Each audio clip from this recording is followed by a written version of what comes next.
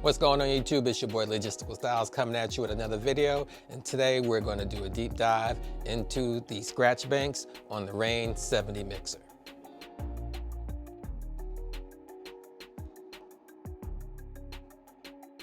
Welcome back YouTube. Like I said, we're going to get into the Scratch Banks on this mixer right here, the Rane 70. It's been out for a while. I've had a couple of people ask me in the comments of other videos if I could do a tutorial on it. I never really jumped on it right away when it first came out a couple of years ago because it originally came out exclusively for the Pioneer S11.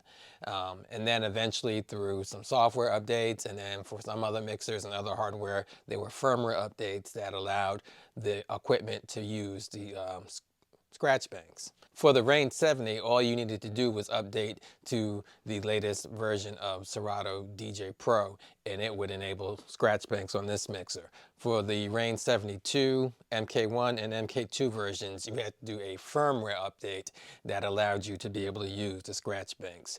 But they all both came out around the same time, and ever since then, you've been able to use Scratch Banks on a lot of different equipment, not just DJ mixers, but also on some controllers as well. I didn't really jump onto it because it didn't really seem like something that I really needed, even though it is something we've talked about before, and it's been a request from the Serato forums for like over a decade before they actually came up with it. So what it is basically is it's a way to pull up a scratch record much quicker than having to scroll through your crates and try to find the record and load the record. I kind of touched on this when I did my review for Algorithms DJ Pro not too long ago. I did a quick tip showing that if you hovered or if you did a long press of the music icon on each deck, it would pull up the option to load up a scratch sentence. It was a DJ Qbert scratch sentence that was preloaded into the software, and it allowed you to pull those popular scratch sounds up much quicker than scrolling through your library. Well, this is even better than that. This allows you to pull up multiple banks of 8 slots each for each bank of audio files. You can load a scratch sound, you can load a scratch sentence, you can load a beat, you can load several beats all on one file and assign them to a bank and pull it up with just like 3 button presses. For the Rane 70, you just have to tap the sampler button twice, and that will put you into Scratch Bank mode. From there, you can just choose the slot that you want to load to that deck, and it will automatically load it to that deck at the predetermined cue point. Scratch Banks can be kind of like a sampler if you think about it. With the sampler, you have a third volume control, at least on the Rane 70. You have a sampler level knob, and that is what controls the volume of the sample that you load. The same way you can load different banks of slots in your sampler, you can do the same thing with Scratch Bank. The only thing is with Scratch Bank, it's not just using some third audio source or a third control, it's loading it right onto the turntable of your choosing. So when I load a file to this turntable, that's what's happening. The file is going to this turntable. It's not just being triggered from the sampler. So now that it's on the turntable, I have options to jump into the queue and jump to the hot cues that are on that file. So it's not, even though it jumps or it loads to a predefined cue point, you can also switch to your hot cues and then jump around the cue points in that track. And then if you jump back into the Scratch Bank and load up another scratch sound, the record on the turntable will change and you'll see it happen on the screen. It's really dope. So it's much more powerful than the sampler, and we're going to show you some things that you can do with it. When you're in Serato DJ Pro, you go up to the top where you have all your icons. You have your record, your effects, your samples, and then you're right here. This is a new icon. This is the Scratch Bank icon. So when you click that, you will get your Scratch Banks. You have A, B, C, and D. So let's jump into A. I have all scratch records set up here. And B, I have some beats set up. C and D are empty. But if you look at the empty ones, it'll help you visualize it a little bit better, because these correspond to the 8 pads on your mixer, on your Rane 70. So each of these 8 pads right here, they correspond to that. You can drag sounds files into it. You can eject them. You can drag audio files in. Oh, that one's empty. That's a empty. It's a bad file. But let's see, the scratch sentence. I can drag that up there, and then you see the whole file shows up with all its cue points. So right here, it's by default, it's going to be set to play from the start of the track, but you can do this drop down and choose what cue point you want it to start from, or what cue point you want it to load to, just like in your sampler. So let's get out of here and go into your sampler. Your sampler is the same way. You can pull sound files in, and you can decide where you want it to start playing from. Like if you go into settings, you can also change whether it has the key lock on. You can change other things in there, and let's see, you can change the BPM. You can do all that within the sampler, but you can only do it controlling what happens when you press the button on the sampler. You can't scratch a sample. With Scratch Banks, you're loading these files onto the turntable. You're loading it onto the deck. So I'm in Scratch Bank right now. Well, I'm showing my Scratch Bank on the screen. In order to turn the mixer into Scratch Bank mode, you have to hit the sampler button twice. So now you'll see on your mixer, the pads will light up colors that correspond to the track, or to the cue point on the track that it's chosen to start from. So if we look at this track right here, the green is where we're starting off from, the green sample. So the green sample happens to be at the very, very top of the track. That's why you can't see it right there. But if I was to set it to the red one, that would be where it would start, or where it would load from. And what's really dope about this is when you load it, sure, it loads at that sound. So what am I doing in this one? I got my phase on, so I got to switch to phase. But so when I load it, it's going to load to cue point that has the green. And you can see what it is by switching to your hot cues.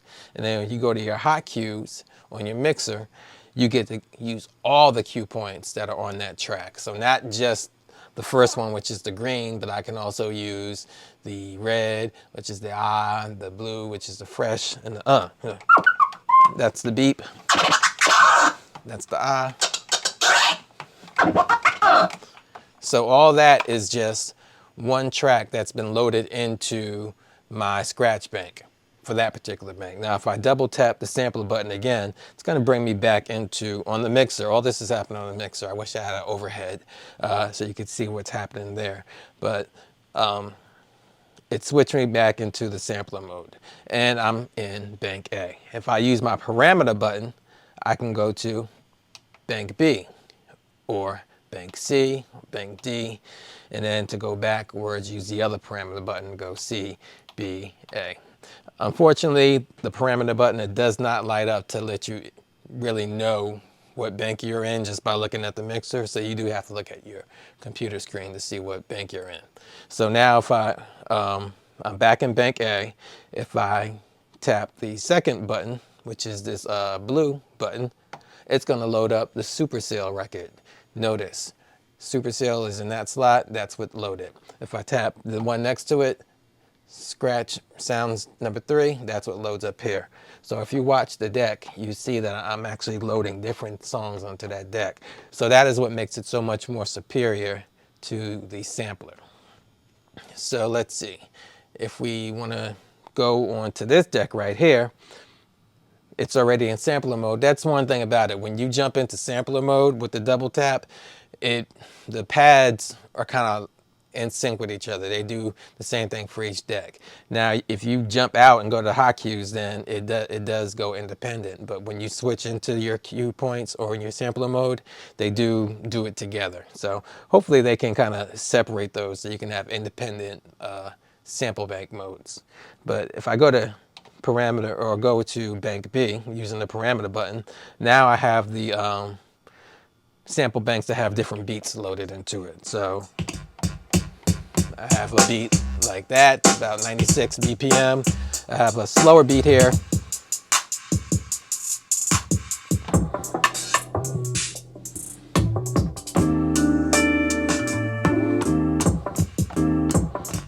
See how quickly I was able to just pull those beats up, and this would come in really handy for like battle routines. So now I don't have to create a crate just for a battle routine. I can have maybe Scratch Bank A be all my cuts for the battle routine, and Scratch Bank B be all the beats that I'm going to juggle or the beats I'm going to cut over. I can just pull those up quickly. Or you can combine it with stems. So if you have songs that you want to cut over with the acapella, you can have those preloaded into your Scratch Bank with the cue point set for where the acapella starts. So as soon as you load that Scratch Bank up, you're right there with the acapella, and just jump into stem mode and hit that parameter button again, and it's going to become your acapella. So now it's really, I'm seeing how the software is really evolving to a point where buttons that you may have never planned on using initially, because I didn't never use my parameter buttons at all, and now they're becoming so useful because of the software adding more features. When you go into Scratch Bank, your parameter buttons mean something now, and then when you go into stems mode, your parameters mean something now. So they're really helpful. They're good buttons to make use of, because there are other buttons and other controls that we may be able to map into other features as well. So that would be really dope to find out some stuff like that as well in the future. So going back over here to the Scratch Banks, what you can also do is you can load not just scratch records, you can also load, like I said, you can load sounds or songs. You can load those in as well, or you can do a WAV file that has multiple songs or multiple pieces that you want to trigger or get to all on one sound file, and then set up cue points so that you can jump through it. But yeah, so what you can see here though is you can see how useful this is to be able to just pull up frequently used tracks or sounds that you may want to jump into. It'll make it a lot easier for you to incorporate a little bit of scratching. At least for me it will be. A lot of times I don't scratch because I don't want to have to go dig through for some scratch records, or even if it's something that I always normally do, it's still having a crate set aside to it. I've got a lot of crates. It's kind of, sometimes I get lost in my crates and I want to scroll through and try to find something quickly. So it's nice to be able to load those things right into your Scratch Bank, and you just tap, 3 taps. 2 taps to get into Scratch Bank, and 1 tap to load the actual song from the bank. It can't get much easier than that. Another thing you can use it for is if you have, not even in a battle situation, but if you have like songs that you like to do certain routines to, or you like, that's your little shine, that's your little show off moment, you could always have those at the ready, always ready for you to just pull that up. Like there's a beat that you can do a fancy juggle to and you do it really well, and maybe that's part of your performance. So to be able to pull that up quickly using Scratch Banks is, just another plus. So as you can see, there's a lot you can do with it. I said it was going to be a deep dive, but it's not a very deep thing, on the surface. It's not really that deep. It's just bringing up your Scratch Banks, your scratch sounds when you need them. But it's very, it opens up a lot. And then when you combine it with other advancements in the software, like I mentioned with stems, you can see it being even more powerful. So I hope this was really informative. I hope this helped out. If you like what you heard, don't forget to like and subscribe, and be on the lookout for more videos. with tutorials, tips, and some product reviews. Peace.